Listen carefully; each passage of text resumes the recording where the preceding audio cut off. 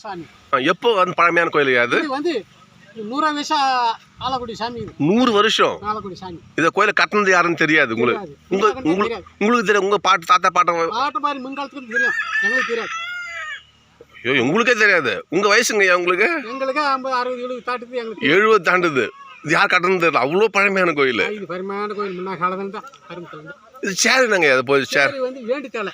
என்ன வேண்டுதல் இது? இப்போ நீ உனக்கு உடம்பு சரியில்லையா, கை கால் வரலையா, நான் கும்பிட்டு போனா சேர் வாங்கி வச்சிடுறேன். அப்படி அவர் சாமி உட்கார் இருக்கு.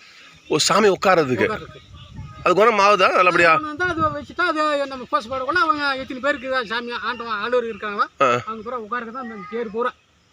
ஓ, நல்ல சக்தி வாய்ந்த சாமி தான். இவ்வளோ சாமி தினமும் பூசை. தினமும் பூசை நடக்குங்களா? கட்டா பண்ணி தான் தினமும் நிற்குமே. கடாமும் பண்ணி பூசை தினமும் பூசை வைப்பீங்களா? இப்போ இந்த மைசூர்காரங்களாம் இருக்கிறாங்க பார்த்தியா? யாரு? இந்த கன்னடா. ஆமா ஆமா, மைசூர்காரங்க. ஆமா. இங்கே வந்து என்ன ஒரு ஆந்திராக்காரங்களா? ஆந்திராக்காரங்க பூசை போடுறாங்க. அப்படியா? சாமிக்கு கடாவும் பண்ணி வச்சு பூசை போடுவாங்க. தினமும் பூசை போடுவாங்களா ஐயா? வந்தது பெரிய விஷயம் தான். எனக்கு வந்து பரவாயில்ல, பார்க்கறதே பெரிய ஒரு பாக்கியம் இல்லை. நெட்டிலே சில்லிலே நெட்டிலே இருக்குது சாமி. இருக்குதுங்களா? இந்த பேர் சொல்ல சேடப்பட்டி சேட்டுமலை கருப்பு சாமி. சேட்டுமலை கருப்பு சாமி கோயில். பரவாயில்ல, வந்து பார்த்ததுக்கே பெரிய மகிழ்ச்சி.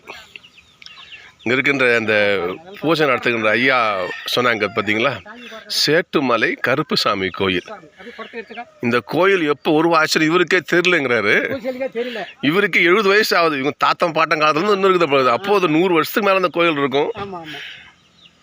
படுத்துருக்கிற சாமி உட்காரதுக்காக சேர் வாங்கி வைக்கிறாங்க. உட்காரதுக்காக வேண்டுதல் வச்சுருக்காங்க. இப்போ எவ்வளோ சேர்